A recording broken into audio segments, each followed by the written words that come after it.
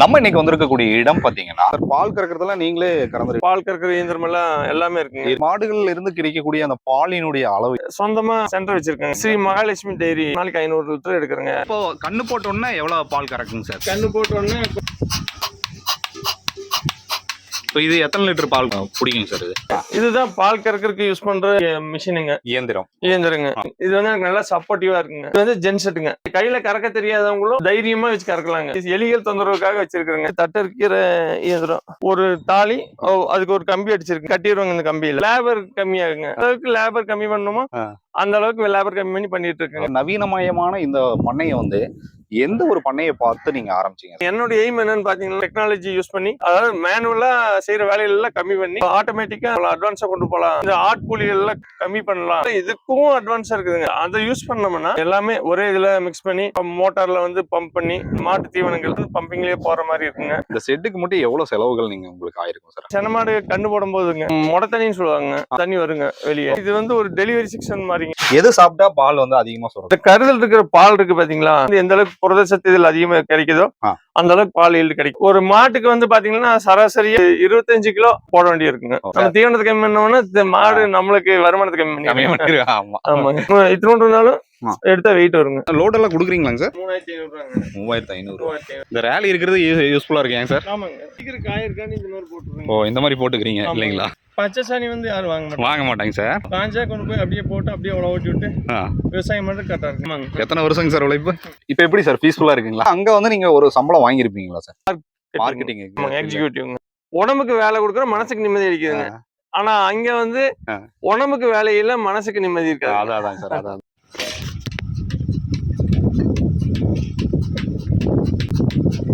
இப்போதான் கண்ணு போட்டுச்சுங்க.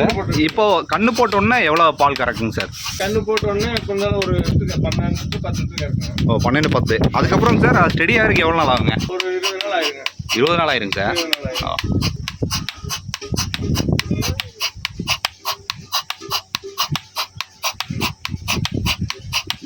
இப்போ இது எத்தனை லிட்டர் பால் பிடிக்குங்க சார்? இது 20 லிட்டர் பிடிக்குங்க. 20 லிட்டர். ரங்கம்பாளையம் அப்படிங்கிற ஒரு கிராமத்தை நோக்கி தான் வந்திருக்கோங்க. சார் பாத்தீங்கன்னா பிஎஸ்சி கம்ப்யூட்டர் சயின்ஸ் முடிச்சுட்டு மாடுகள் வளர்ப்பும் பணியில வந்து ஈடுபட்டு இருக்காரு. சொந்த தொழிலான இந்த பணியில பால் பண்ணை ஆரம்பிச்சிருக்காரு. 20 மாடுகள் வச்சு ஒரு பால் பண்ணையை வந்து சார் வந்து ஆரம்பிச்சிருக்காருங்க. எல்லாருமே படிச்சுட்டு வந்து ஒரு ஐடி ஃபீல்ட்ல போகக்கூடிய அந்த சூழ்நிலையில சார் வந்து மாடுகள் வளர்த்து அதுல எந்த அளவுக்கு வெற்றி பெற்றிருக்காரு அப்படிங்கிறத நம்ம கேட்டு தெரிஞ்சுக்கலாம். சார் வணக்கம் சார். நல்லா இருக்கீங்களா சார்? உங்க பேர், உங்களை பற்றி ஒரு அறிமுகத்தை சொல்லுங்க சார். என் பேர் அறிவுலகனுங்க. நான் ரங்கம்பாளையம் கிராமத்துல வசித்து வருகிறேன்.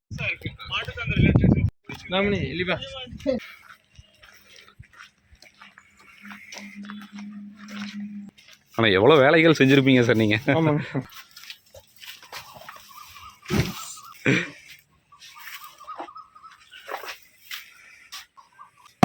ஆனா நிறைய பேர் சொல்றது என்னன்னாங்க சார், லாபமே இல்ல சொல்றதுங்க சார். ஆமாங்க, இல்ல நம்ம இறங்கி வேலை செய்யணுங்க, அப்பதான். அது கரெக்ட் தாங்க சார், அது கரெக்ட். வந்து நம்ம வேலைக்கு போகும்போது பாத்தீங்கன்னா அவங்க 300 ரூபாய் காசு கொடுத்தாலும் அவ்வளோ வேலை செய்வா போயிட்டு. ஆமா, ஆனா நம்ம சொந்த வேலைங்கிற போது செய்ய மாட்டோம்.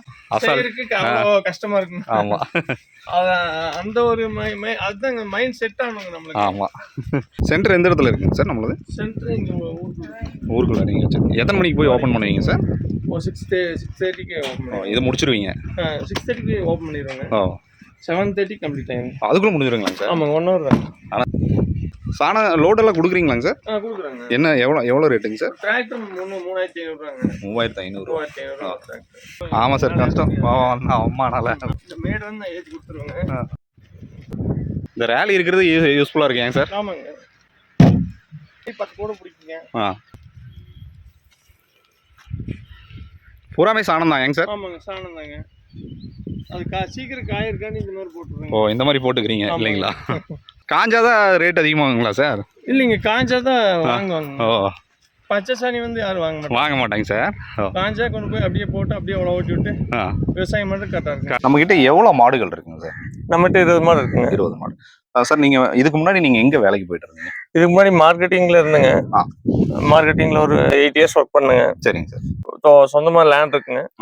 சரி, நம்ம நீ ஓன் பிசினஸ் பண்ணலாம்னு சொல்லிட்டு பால் பண்ணைக்கு ஸ்டார்ட் பண்ணிட்டீங்க. சார், அப்போ நீங்க எந்த வருடம் வந்து இந்த பால் பண்ணை ஆரம்பிக்கணுங்கிற எண்ணம் ஏற்பட்டுச்சு? எனக்கு பாத்தீங்கன்னா காலேஜ் படிக்கும் போதே நான் வந்து அப்பவே மாடு வச்சிருந்தது தாங்க. அப்ப வந்து அப்பா அண்ணா எல்லாம் பாத்துட்டு இருந்தாங்க. நான் வேலைக்கு போயிட்டு இருந்தேங்க. இப்போ குறிப்பிட்ட காலகட்டத்துக்கு மேல எனக்கு வேலை செட் ஆகலைங்க. சரி நம்ம சொந்த தொழிலே பண்ணலாம்னு வந்துட்டேங்க. இனி நம்ம ஓன் லேண்ட் இருக்கும்போது நம்ம ஏன் ரிஸ்க் எடுக்கணும்? சரி நம்ம வந்து ஏதோ பண்ணலாம், விவசாயத்துல ஏதோ பண்ணலாம்னு வந்தேங்க. ஃபர்ஸ்ட் வந்து வாழையை தான் ப்ரிஃபரன்ஸ் பண்ணேங்க. வாழை எங்க ஏரியா வந்து சரியா தண்ணி வசதிகள் இல்லாதனால வாழையை வந்து எடுக்க முடியாது, ஈல்டு எடுக்க முடியாத காரணத்தினால நான் வந்துங்க அப்புறம் யோசிச்சு பார்த்தேங்க. சரி எது பண்ணலாம், நம்ம ஏரியாவுக்கு ஏற்ற மாதிரி என்ன பண்ணலாம், எது செட் ஆகும் அப்படின்னு யோசிச்சு பார்த்ததுல மழையில பெஞ்சதுன்னா மாட்டுக்கு தேவையான பயிர்கள் விதைக்கிற அளவுக்கு இந்த ஏரியா வந்து கொஞ்சம் டெவலப்மெண்டா இருக்குங்க. அதனால அந்த மாட்டுகளுக்கு தேவையான பயிர்கள் கிடைக்கிறதுனால மாட்டு பண்ணையை வச்சு நாங்க நடத்திட்டு இருக்கோங்க. 2010 வந்தீங்களா சார் இந்த ஃபீல்டுக்குள்ள? இந்த ஃபீல்டுக்குள்ள 2010 நாங்க ஸ்டார்ட் பண்ணது தாங்க. நான் தான் ஸ்டார்ட் பண்ணேங்க ஓனா. பிரதரும் அப்பாவும் பார்த்துட்டு இருந்தாங்க. அப்புறம் அப்ப நான் வந்து வேலைக்கு போயிட்டு இது மெயின்டைன் பண்ணிட்டு இருந்தேங்க. கிட்டத்தட்ட அப்புறம் 2015 ரிட்டர்னுங்க. நானு கோயம்புத்தூர்ல இருந்து ரிட்டர்ன் ஆகி அப்புறம் இப்ப இந்த பிசினஸ் நானே சொந்தமா பண்ணிட்டு இருக்கேங்க. ஆரம்பிக்கும் போது எத்தனை மாடுகள்? ஆரம்பிக்கும் போது பாத்தீங்கன்னா ஸ்டார்டிங்ல இருந்து ஒரு 30 மாடுகள் 20 மாடுகள் தான் வச்சா பாத்துட்டு இருக்காங்க. கொஞ்சம் போதிய ஆட்கள் பற்றாக்குறையினால வந்து 20 மாடு வச்சு நாங்களே சொந்தமா பண்ணிட்டு இருக்கோங்க. இப்போ நம்ம கிட்ட எத்தனை பணியாட்கள் ஒரே ஒரு பணியாட்கள் தான் இருக்காங்க. ஒரே ஒரு பணியாட்கள். ஆமாங்க. அவங்க வந்து என்னென்ன வேலைகள் நீங்க பாத்து? அவங்க வந்து கொஞ்சம் சாணி எல்லாம் அள்ளி போடுவாங்க, மாட்டுக்கு தீவனங்கள் எல்லாம் போடுவாங்க, அந்த மாதிரி. சார் பால் கறக்கிறதெல்லாம் நீங்களே கறந்துருவீங்க? அதெல்லாம் நாங்களே நாங்க கூட என் கூட தான் இந்த ஆள் வந்து வேலை செய்வாங்க. நாங்களே வந்து பால் கறக்கிற இயந்திரம் எல்லாம் எல்லாமே இருக்குங்க. பவர்லனாலும் ஜென்செட் போட்டுக்கலாங்க. எல்லா ஃபெசிலிட்டியும் இருக்குங்க.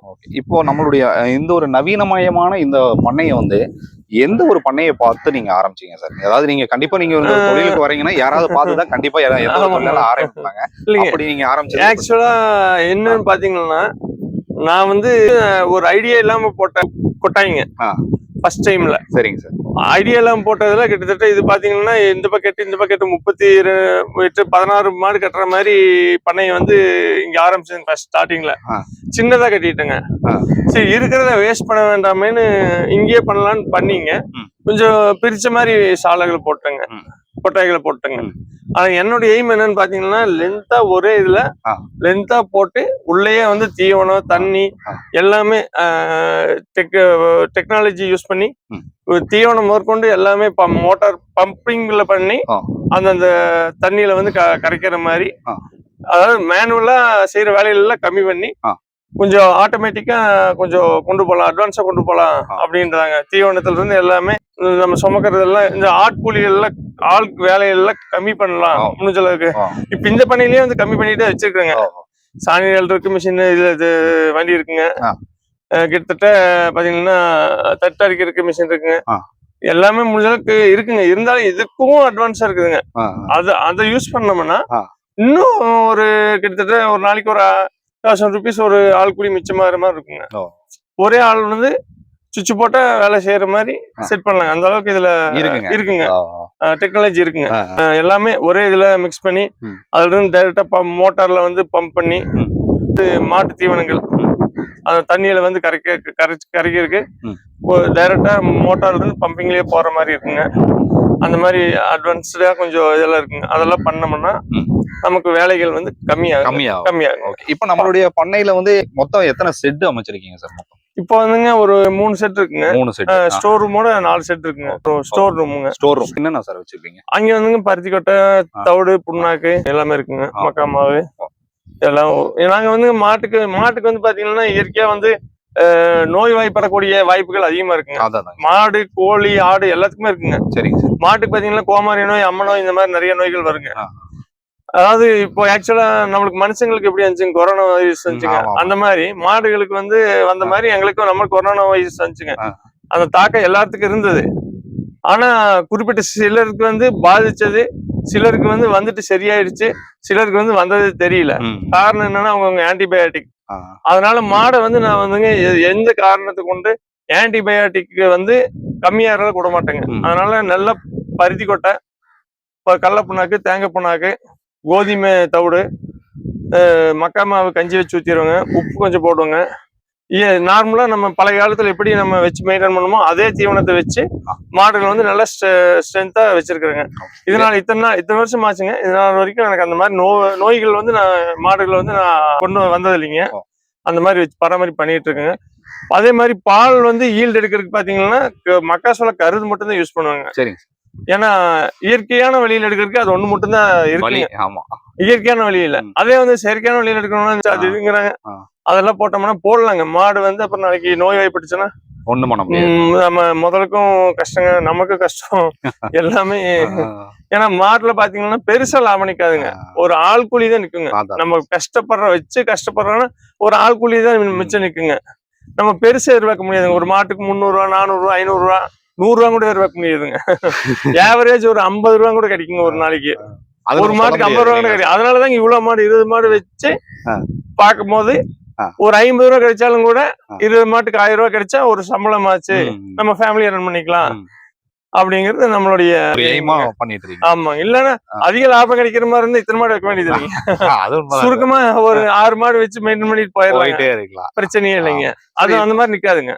இப்ப நம்மளுடைய மாடுகள்ல இருந்து கிடைக்கக்கூடிய அந்த பாலினுடைய அளவு எவ்வளவுங்க சார் ஒரு நாளைக்கு?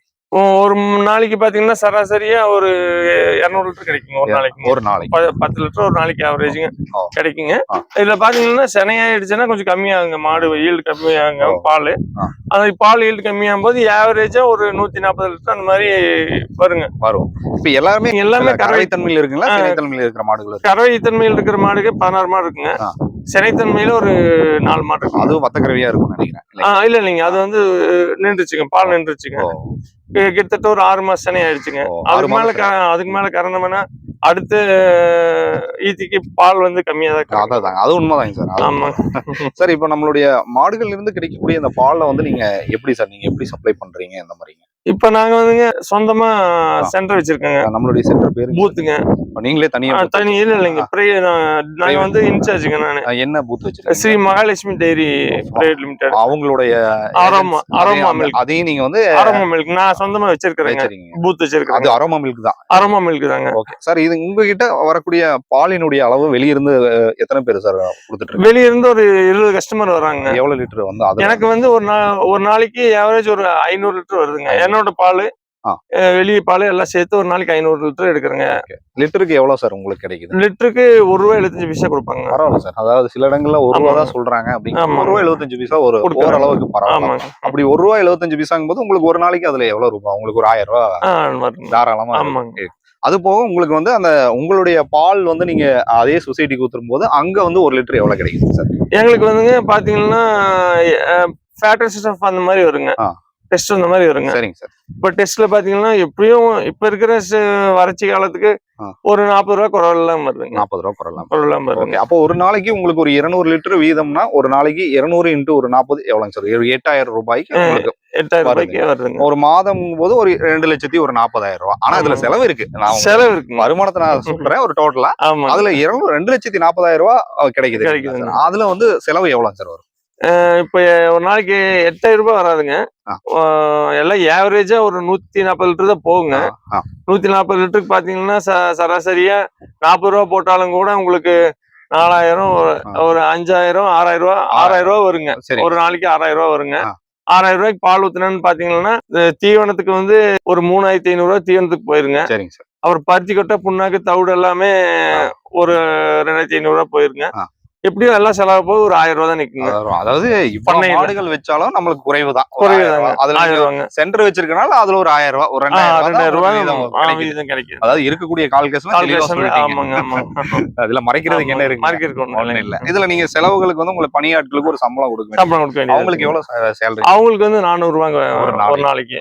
பெண் பணியாளர் 400 ரூபாய். ஆண்கள் வந்தாங்கன்னா ஒரு 1000 ரூபாய் மாதத்துக்கு அவங்களுக்கு ஒரு 12. ஆமா, நாங்களே சொந்தமா செய்யறதுனால எங்களுக்கு லேபர் மிச்சமாதுங்க. அது பிரச்சனை. ஆமாங்க. வீட்டுல மிஸ்ஸஸ் வந்து பால் எல்லாம் கறந்து கொடுப்பாங்க, கொஞ்சம் வேலையெல்லாம் செஞ்சு கொடுப்பாங்க, சப்போர்ட்டிவா இருப்பாங்க.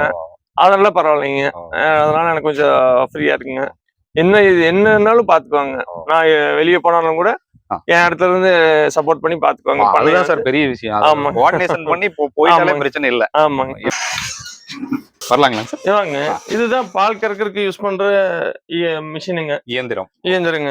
யூனிவர்சல் டெய்ரி எக்யூப்மெண்ட்ஸ் உடைய கம்பெனியோடைய இயந்திரங்க. சரிங்க சார். இது வந்து நான் கிட்டத்தட்ட 5 வருஷமா யூஸ் பண்ணிட்டு இருக்கேங்க. எந்தவித சர்வீஸும் வந்ததில்லை, எந்த ஒரு ஃபால்ட் வந்தது இல்லைங்க. இது வந்து எனக்கு நல்லா சப்போர்ட்டிவா இருக்குங்க. பாத்தீங்கன்னா மோட்டரு, கம்ப்ரஸரு, இது வந்து ஜென்செட்டுங்க. Okay sir.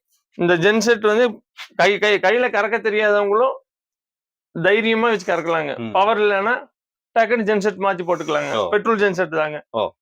அது ஜென்செட்ல போட்டா பவர் இல்லைன்னா ஜென்செட்ல போட்டு கறந்துக்கலாங்க.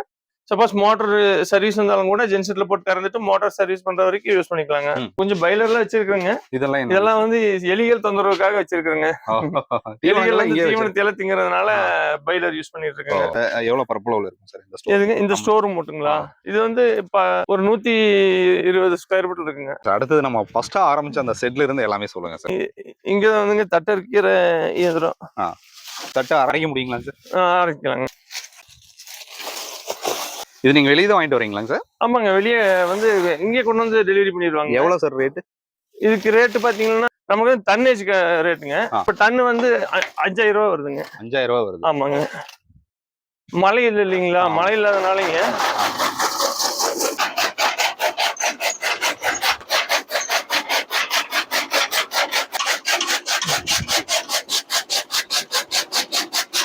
இப்போ இந்த மக்காச்சோளம் இருக்குல்ல, எது சாப்பிட்டா பால் வந்து அதிகமா சுரக்கும் சார்? இந்த கருதல் இருக்கிற பால் இருக்கு பாத்தீங்களா? இந்த கருதல் இருக்கிற பால் வந்து எந்த அளவுக்கு அந்த பாலோட மாட்டுக்கு வந்து எந்த அளவுக்கு புரத சத்து இதில் அதிகமா கிடைக்குதோ அந்த அளவுக்கு பால் ஈல்டு கிடைக்குங்க. அதுலதான் நல்ல இது கிடைக்குங்க. ஒரு மாட்டுக்கு வந்து பாத்தீங்கன்னா சராசரியா ஒரு 25 கிலோ நம்ம போட வேண்டிய இருக்குங்க ஒரு நாளைக்கு. ஒரு மாட்டுக்கு 25 கிலோ போடணுங்க. 25 போட்டாதான் வந்து மாட்டுக்கு வந்து மாடு ஆரோக்கியமா இருக்குங்க. பால் ஈல்டும் கிடைக்குங்க. நம்ம இதுல கம்மி பண்ணோம்னா நம்ம அப்புறம் நமக்கு அது நம்ம கம்மி பண்ண முடியாது. நம்ம தீவனத்தை கம்மி பண்ணோம்னா மாடு நம்மளுக்கு வருமானத்தை கம்மி பண்ணி. இதுல அளவு இருக்குங்களா சார்? ஒரு குண்டா போட்டோம்னா பாத்தீங்கன்னா உங்களுக்கு ஒரு 16 கிலோ அந்த மாதிரி வந்துருங்க. 16 கிலோ வந்துருங்க. 16 கிலோ பச்சை தட்டு தாங்க. எனக்கு பச்சை தட்டு தாங்க. உங்களுக்கு இத்தனோண்டு இருந்தாலும் எடுத்தா வெயிட் வருங்க. இதுல ஒரு குண்டா நப்பிங்க போட்டுருங்க. அப்படியே தட்டரிக்கிற இயந்திரம் தட்டரிச்சு போடுறாங்க மாட்டுக்கு. தண்ணி வந்து வெளியே தான் காமிக்கிறேங்க. அரைச்சு கொண்டு வந்து போட்டுருவாங்க. சரிங்க சார். அந்த இடத்துல அந்த மாட்டுக்கு போட்டா அது சாப்பிட்டுக்குங்க. சாப்பிட்ட பின்னாடி தண்ணி வந்து இந்த தாலியில வைப்பேங்க. இங்கே தாலியிலே வச்சிருவாங்க. ஒரு தாலி அதுக்கு ஒரு கம்பி அடிச்சிருக்குங்க இந்த இடத்துல. இங்க ஒரு கம்பி. ஆமா, கொண்டு வந்து கட்டிடுவாங்க இந்த கம்பியில. ஒவ்வொரு மாடா புடிச்சு காமிச்சிட்டு இருக்க மாட்டாங்க. ஒவ்வொரு மாடை கொண்டு வந்து கட்டிடுவாங்க. அது குடிச்சிட்டு நின்னுக்குங்க. அங்கேயும் நின்னுக்குங்க. இதனால கொஞ்சம் லேபர் கம்மியாகுங்க. வேலை கொஞ்சம் மிச்சமாகுங்க. லேபர் கம்மி பண்றதுக்காக இருக்கிற செட் வச்சு எந்த அளவுக்கு லேபர் கம்மி பண்ணணுமோ அந்த அளவுக்கு லேபர் கம்மி பண்ணிட்டு இருக்குங்க. இருக்கிறத வேஸ்ட் பண்ண வேண்டாம். ஆமாங்க, இது வச்சு பண்ணிட்டு இருக்கேங்க. சார், இப்போ இதுக்கு நீங்க இந்த செட்டு அமைச்சிருக்கீங்க பாத்தீங்களா? ஆமாங்க. இந்த செட்டுக்கு மட்டும் எவ்வளவு செலவுகள் நீங்க உங்களுக்கு ஆயிருக்கும் சார்? அந்த செட்டுக்கு வந்து 80,000 ஆச்சுங்க. எதுக்குங்க சார்? இந்த சின்ன செட்டுக்கு. சின்ன செட்டு. Okay sir. 80,000 ஆச்சுங்க. 1 லட்சம் ரூபாய் ஆயிடுச்சுங்க. கீழே இந்த செட்டு இதெல்லாம் போட்டு தளமெல்லாம் போட்டுருக்குங்க. அதெல்லாம் சேர்த்து டோட்டலா 1 லட்சம் ஆச்சுங்க. ஓகே. மேட் தான் போட்டுருக்கீங்க? மேட் போட்டுருக்கேங்க. இதுக்கு மேட் போட்டீங்க? இல்லைங்க, மேட் வந்து என்ன பர்பஸ்க்காக போட்டுருக்காங்க, சென மாடுக்கு வந்து கண்ணு போடும்போது உங்களுக்கு பாத்தீங்கன்னா வலிக்கு விட்டுருங்க. அதாங்க சார். காரையாச்சுங்களா? சென மாடு கண்ணு போடும் போதுங்க அது வழுக்கிற மாதிரி மொடை தண்ணின்னு சொல்லுவாங்க. அந்த தண்ணி வருங்க வெளியே. அது வந்து பாத்தீங்கன்னா திடீர்னு கண்ணு போட எந்திரிச்சுன்னா கால் வலிக்கு விட்டு அடிபடுறதுக்கு வாய்ப்புகள் இருக்குங்க. சரிங்க சார். அதுக்காக இது வந்து ஒரு டெலிவரி செக்ஷன் மாதிரிங்க. இது மாடு வந்து கண்ணு போடுற மாடு இதுல கட்டிடுறதுங்க. சரிங்க சார். மொத்த மாடுகள்லாம் பால் கறக்கிற மாடுகள்லாம் மத்த சாலையில நார்மலாவே கட்டிக்கிறீங்க? அப்படியே கட்டிக்குவாங்க. கண்ணு போடும்போது இந்த யூஸ்வலா கண்ணு போடும்போது இங்க வந்துருங்க. மாடு இங்க வந்துருங்க. இப்ப இது எல்லாமே நாலுமே சென்னையில இருக்கக்கூடிய மாடு இல்லைங்க. இப்பதான் எல்லாம் கண்ணு போட்ட மாடுங்க. கண்ணு போட்ட மாடுங்க. இப்போ கண்ணு போடுற மாதிரி நம்ம கிட்ட ஒண்ணும் இல்லைங்க. இன்னும் மாடு வாங்கணுங்க, பாத்துட்டு இருக்கோம். சார், இப்ப இது சென்னை முடிஞ்சு கண்ணு போட்டுருச்சு. கண்ணு போட்டு இந்த செட்லயே கட்டுறதுக்கான காரணம் என்ன? கண்ணு போட்டு இந்த செட்லயே ஒண்ணு அடுத்த மாடுகள் கண்ணு போடுற மாடுகள் இல்லைங்க. அதனால இப்ப அப்படியே கட்டிட்டு இருக்காங்க. அதனால இங்கே கட்டிட்டு யூஸ் பண்ணிட்டு இருக்காங்க. கண்ணு போடுற மாதிரி மாடுகள் வந்ததுன்னா மாத்திடுவாங்க. ஓ, நீங்க எப்படிங்க சார் சினைக்கு வந்து கண்டிப்பா நீங்களும் இன்ஜெக்ஷன் தான் பண்ணுவீங்கன்னு நினைக்கிறேன். ஆமாங்க, இன்ஜெக்ஷன் தாங்க. இன்ஜெக்ஷன் தான். எவ்வளவு ஈத்து வரைக்கும் நீங்க வச்சிருப்பீங்க சார்? நாங்க வந்துங்க நான் வாங்கும்போது 2 பல்லு 4 பல்லு தான் வாங்குவேங்க. நாங்க ஒரு கடைசியா வயசு கொஞ்சம் கம்மியாகிற வரைக்கும் வச்சுக்குவாங்க. 7 ஈத்தி 8 ஈத்தி அது சினையாறத பொறுத்து வருங்க. ஒரு 6 ஈத்தி மினிமம் வச்சிருவாங்க. 6 to 7 வரைக்கும் வச்சுக்கலாங்க. 6 to 7 வரைக்கும் 7 வரைக்கும் வைக்கலாங்க. அதுக்கு மேல வச்சோம்னா வயசாயிருங்க மாட்டுக்கு, ஈல்டு கிடைக்காதுங்க. அதுக்கு மேல கொடுத்துருவாங்க. சரி, எப்படிக்கா நம்ம கைமாத்தி விடுவோம் வந்துறீங்க? ஆமாங்க. இவ்வளவு வரைக்கும் வச்சிருந்தா நமக்கு வந்து பால்லயும் வருமானம் கிடைக்கும். அதே சமயம் கைமாத்தி விடுறது அந்த சினையை வந்து கரெக்டா கைமாத்தி விட்டா அதுக்கு ஒரு வருமானம் கிடைக்கும். அதே இல்லைங்க, நாங்க அந்த தொழில் பண்றது இல்லைங்க. இல்ல சார், அது தொழில் இல்ல. அந்த மாதிரி நம்ம வந்து கரெக்டா மாடுகளை எப்படி நம்ம எக்ஸ்சேஞ்ச் பண்ணிக்கிறதுன்னு கேக்குறேன். எக்ஸ்சேஞ்ச் பண்றதுங்களா? எக்ஸ்சேஞ்ச் பண்றது வந்து எக்ஸ்சேஞ்ச் வந்து நாங்க பண்ண மாட்டோங்க. வாங்கும் போதே மாடு பார்த்து வாங்கிடுவோம். எந்த மாடுமே மோசம்னு சொல்ல முடியாதுங்க. எல்லா மாடுமே நம்ம கொடுத்துற தீவனத்தை பொறுத்து, தண்ணி பொறுத்து, பருத்தி கட்ட புண்ணாக்க பொறுத்து தான் இருக்குங்க. அதனால பெருசா ஒண்ணும் அந்த மாதிரி மாத்துற மாதிரி வராதுங்க. வாங்கும் போதே பார்த்து வாங்கிட்டா வராதுங்க. சப்போஸ் அப்படி வந்ததுன்னா நாங்க இடையில வத்துக்கிற ஆகுதுங்களா? ஆமாங்க சார். அப்ப மாத்திடுவாங்க. அந்த டைம்ல கரெக்டா அந்த டைம்ல கொடுத்துட்டு வேற புதுசா சென மாடு வாங்கிடுவாங்க. அதாவது உங்களுக்கு நாங்க சென பண்ணி சென மேலேயே கொடுக்க மாட்டோங்க. நாங்க வந்து கறவை கம்மியாகும் போது கொடுத்துருவாங்க. எந்த மாதிரி மாடுகள் வாங்கினா அதுல நம்ம கரெக்டா இருக்கும் சார்? இப்போ ஒரு புதுசா ஒரு மாடு பண்ண ஆரம்பிக்கணும் அப்படின்னா நம்ம எந்த மாதிரி மாடுகள் வாங்கணும் சார்? பால் ஈல்டு வேணும்னா ஹெச்எஃப் வந்து பியூர் ஹெச்எஃப் வந்து நம்ம இடத்துக்கு வந்து செட் ஆகாதுங்க. பியூர் ஹெச்எஃப் வந்து கொஞ்சம் ஹீட்டுக்கு தாங்காதுங்க. அதனால கொஞ்சம் கிராஸ்ல வந்து கிராஸ் குவாலிட்டி ஒரு 60% 70% கிராஸ் குவாலிட்டி வாங்கிட்டோம்னா மாடு வந்து நல்லா ஈல்டும் கொடுக்குங்க. கொஞ்சம் மாடு நல்லா தாங்குங்க. நம்ம ஏரியா 60% எடுத்தா நல்லா இருக்குங்க. ஓரளவுக்கு பால் ஈல்டு கிடைக்குங்க. பிளாக் அண்ட் ஒயிட்டுங்க மாடு, கருப்பு சட்டைங்க. அந்த மாதிரி மாடு வாங்கிட்டா கொஞ்சம் ஈல்டு பால் ஈல்டு எடுக்கலாங்க. நல்லா ஜெர்சி நல்லா கறக்குங்க. ஜெர்சி நம்ம யூஸ் பண்றது இல்லைங்க. எங்களுக்கு வந்து பிடிச்சது பிளாக் பிடிச்சதுன்ட்டு இல்லைங்க. எங்களுக்கு வந்து பாத்தீங்கன்னா இதுக்கு ஒத்து வந்த கலர் வந்து கருப்பு சட்டைங்க. சேவலை வந்து எங்களுக்கு கொஞ்சம் ஒத்து வர்றது இல்லைங்க. வச்சு பார்த்தோம்னா அதாவது எங்களுடைய இதுக்கு ஒத்து வர்றது இல்லைங்க. அதுக்காக நாங்க கருப்பு சட்டை மாடுகள் மட்டும் வச்சிருக்கோங்க. இதை மட்டும் நீங்க வச்சுக்கிறீங்க? ஆமாங்க. பிளாக் கலந்த மாதிரி இந்த மாடுகள்லாம் வாங்கிக்குவாங்க. சார், இப்போ நம்ம மாட்டுப்பண்ணை ஆரம்பிச்சு நீங்க ஒரு படித்த இளைஞர், பட்டதாரி இளைஞர், நீங்க கடைசியா அங்க வந்து நீங்க ஒரு சம்பளம் வாங்கியிருப்பீங்களா சார்? நீங்க வந்து ஃபீல்ட்ல இருந்தீங்களா, மார்க்கெட்டிங் எக்ஸிக்யூட்டிவ்ங்க. அந்த இடத்துல நீங்க வாங்கக்கூடிய அந்த ஒரு சம்பளம் எந்த அளவுக்கு இருந்துச்சு சார்? எவ்வளவு? ஒரு 20,000 ரூபாய் அந்த மாதிரி இருந்ததுங்க. அது உங்களுக்கு டார்கெட் எல்லாம் இருக்கும், பிரஷர் இருக்கும். ஆமாங்க. அதுல அப்ப வந்து எங்களுக்கு என்னன்னாங்க, அந்த ஏஜ்ல பார்த்தா ஐயோ நம்ம வேலைக்கு போயே ஆகணும் அப்படிங்கிற ஒரு கட்டாயங்க. ஏன்னா அந்த வேலையதான் பெருசுங்கிற மாதிரி நம்மளோட மைண்ட் செட் அந்த மாதிரி இருந்ததுங்க. சரிங்க சார். அப்போ வந்து அந்த செட்டில் இருந்தது. அதனால நம்ம போனா பண்ணோம். அது பின்னாடி நம்ம யோசிச்சு பார்க்கும்போது அப்படியே நம்ம வந்து சொந்தமா பண்றது எவ்வளவு பெஸ்ட். வேலைக்கு போறத விட நம்ம சொந்தமா தொழில் பண்றதுதான் நல்லது அப்படிங்கிறது ஒரு மைண்ட் செட் வரும்போதுதான் நம்மளுடைய பிசினஸ்ல இறக்க வேண்டியதா இருந்துச்சுங்க. இப்ப எப்படி சார், பீஸ்ஃபுல்லா இருக்குங்களா? இப்ப பீஸ்ஃபுல்லா இருக்குங்க. அந்த ஆமாங்க. டென்ஷன், ஸ்ட்ரெஸ், பிரஷர் எதுவுமே கிடையாதுங்க. நம்ம சொந்த தொழில், நம்ம சொந்தமா உழைக்கிறோம், உடம்புக்கு வேலை கொடுக்கறோம், மனசுக்கு வந்து நிம்மதி கிடைக்குதுங்க. மனசுக்கு வந்து நிம்மதி கிடைக்குதுங்க. உடம்புக்கு வேலை கொடுக்கறோம், மனசுக்கு நிம்மதி கிடைக்குதுங்க. ஆனா அங்க வந்து உடம்புக்கு வேலையில மனசுக்கு நிம்மதி இருக்காது. அதான் சார், அதுக்கு இதுக்கு நிறைய வேறுபாடுகள் இருக்குங்க சார். நீங்க இப்படி இந்த மாதிரி நீங்க இந்த ஃபீல்டுக்குள்ள வந்ததுக்கு அப்புறம் உங்களுடைய உற்றார் உறவினர்கள், உங்களுடைய நண்பர்கள் எல்லாம் நிறைய பேர் ஏன் படிச்சுட்டு இந்த ஃபீல்டை நிறைய பேர் சொல்லியிருப்பாங்க. அந்த மாதிரி உங்களை யாராவது சொன்ன மாதிரி ஞாபகங்கள் இருக்குங்களா? ஏன் இந்த ஃபீல்டை சூஸ் பண்ணீங்க அப்படின்னு சொல்லிட்டு? இல்லைங்க, அந்த மாதிரி யாரும் சொன்னது இல்லைங்க. என்கிட்ட வந்து அந்த மாதிரி யாரும் பேசுனது இல்லைங்க. நீங்க இந்த ஃபீல்டுக்கு வந்ததுல சந்தோஷம் தான். எனக்கு சந்தோஷம் தாங்க. எனக்கு தெரிஞ்ச அளவுக்கு யாருமே வந்து என்ன ஏன் இந்த மாதிரி பண்ற இந்த மாதிரி யாரும் கேட்டது இல்லைங்க. ஸ்டார்டிங்ல வந்து வீட்டுல வந்து ஒரு 6 மாடு அளவா வச்சு பண்ணுங்க அப்படின்னு தான் சொன்னாங்க. அப்புறம் எனக்குன்னு ஒரு கால்குலேஷன் இருக்கு இல்லைங்க. நம்ம வந்து பார்க்கும்போது அப்புறம் கொஞ்சம் ஒரு 10 மாடு வரைக்கும் கம்மன் இருந்தாங்க. அப்புறம் 10 மாடு வச்சு அப்ப ஆள் இல்லைங்க, நானே தான் பார்த்துட்டு இருந்தேங்க. 10 மாடு வச்சு நானே சொந்தமா பார்த்து எல்லாம் பண்ணிட்டு இருந்தேங்க. அப்ப மாட்டுக்கு வந்து கிடைக்கிற லாபத்தை வச்சு பார்க்கும்போது நம்ம இந்த மாடுகள் வச்சா பத்தாது, கொஞ்சம் மாடுகள் எக்ஸ்டெண்ட் பண்ணணும் அப்படின்னு பண்ணுங்க. ஸ்டார்டிங்ல வந்து அப்பா வந்து வேண்டானாரு. அப்புறம் நாள் பட கொஞ்சம் பண்ண அப்படியே பழகிடுதுங்க. அப்ப சரி பரவாயில்ல, ஆ. தொழில் பிரச்சனை இல்ல, செட் பண்ணிக்கலாம், இந்த அளவுக்கு போய்க்கலாம், ஆ. 20 மாடு அளவுக்கு போகலாம், தப்பு இல்ல அப்படிங்கிறது அவங்களுக்கு புரிஞ்சிருச்சுங்க. இத்தனை மாடுகளுக்கு வந்துங்க நீங்க ஒரு ஷெட்யூல் மாதிரி போட்டிருப்பீங்களா சார்? அதாவது இந்த இப்ப வந்து நீங்க வாங்கிட்டு வந்த மாடுனா ஒரு 6 மாசம் இது வந்து கறவைத்தன்மையில இருக்கு, அடுத்த மாடு பாத்தீங்கன்னா சினைத்தன்மையில இருக்கு, இப்படி நீங்க வந்து பிரிச்சு பிரிச்சு பிரிச்சு கால்குலேஷன் பண்ணி தான் மாடுகளை நீங்க பராமரிக்கிறீங்களா சார்? ஆமாங்க, ஆமாங்க. அதெல்லாம் வீட்டுல வச்சுக்கோங்க. ஆ. வீட்டுல வந்து ரெக்கார்ட் நோட் வச்சிருக்கேங்க. ஆ. அந்த ரெக்கார்ட் நோட்ல வந்து ஒவ்வொரு மாட்டுடைய தன்மை என்னங்கிறது மெயின்டைன் பண்ணிட்டு இருக்கேங்க. ஓ. ஒவ்வொரு மாட்டுடைய ஹிஸ்டரி வந்து மெயின்டைன் பண்ணிட்டு இருக்கேங்க. ஆ. நம்ம வாங்கின ரேட் எவ்வளோ, எத்தனை பல்லுல வாங்குச்சு, மாட்டுக்கு கரெக்டா பூச்சி மாத்திரை எத்தனாம் தேதி கொடுத்தோம், 3 மாசத்துக்கு ஒருக்கா கரெக்டா பூச்சி மாத்திரை கொடுத்துருவாங்க. ஆ.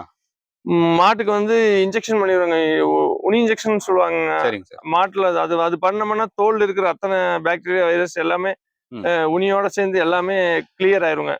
அது கம்பல்சரி 3 மந்த் ஒன்ஸ் ரெண்டையுமே குடல்ல இருக்கிற புழுக்களையும் தோல்ல இருக்கிற கிருமிகளையும் வெளியேற்றிடுவாங்க.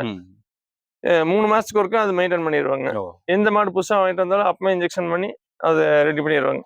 அப்புறம் ஒரு ஆவரேஜ் ஆயிடுச்சுன்னா, ஒரே நம்ம கிட்ட செட் ஆயிடுச்சுன்னா மாடுங்க, அப்புறம் நாங்க 3 மந்த் ஒன்ஸ் அப்படியே ரொட்டைனா அதை மெயின்டைன் பண்ணிட்டே இருப்பேங்க. ஓ சார், மாடுகளுக்கு வேற என்ன நோய் தாக்கங்கள் ஏற்படும் சார்? இல்லைங்க, மேக்சிமம் அம்மா நோய்ங்கிறது ஒன்று இருக்குங்க. அப்புறம் கோமாரி நோய் இருக்குங்க.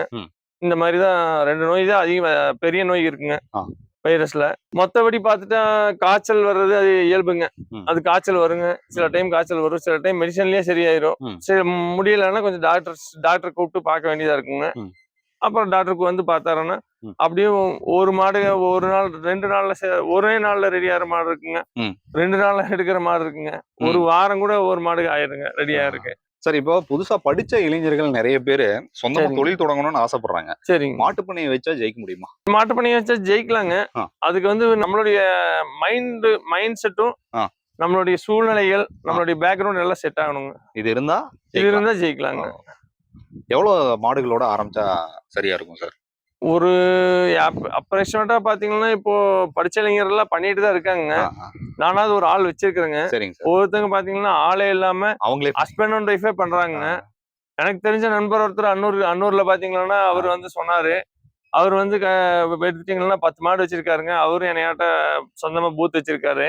அவர் வந்து பாத்தீங்கன்னா சராசரியா ஹஸ்பண்ட் அண்ட் ஒய்ஃப் 2 பேரும் கஷ்டப்படுறாங்க. ஒரு நாளைக்கு ஒரு மாசத்துக்கு ஒரு 40,000 ரூபாய் அந்த மாதிரி மிச்சம் பண்றாங்க. 10 மாடு வச்சிருக்காங்க, சொந்தமா பூத் வச்சிருக்காங்க. தீவனம் வந்து சொந்த தீவனங்க அவங்களுக்கு, சொந்த தீவனம். அதனால அவங்களுக்கு கொஞ்சம் மிச்சமாகுதுங்க. அது 10 மாட்டுலயே போதுமானது அவங்களுக்கு. இப்ப நம்மளது வந்துங்க தண்ணி இல்லாதனால, தண்ணி வந்து சில டைம் வர டைம்ல நம்மள சொந்தமா பயிர் பண்ணுவாங்க, தண்ணி இல்லாத டைம்ல விலைக்கு வாங்கி போடுவோம்.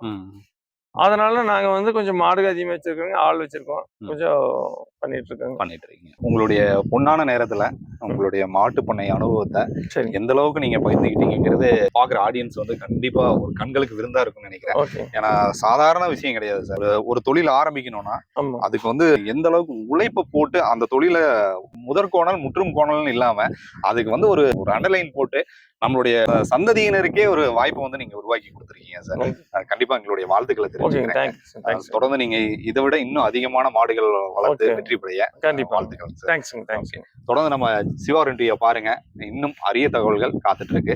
டில் தென் பை ஃப்ரம் உங்கள் சிவா. நன்றி, வணக்கம்.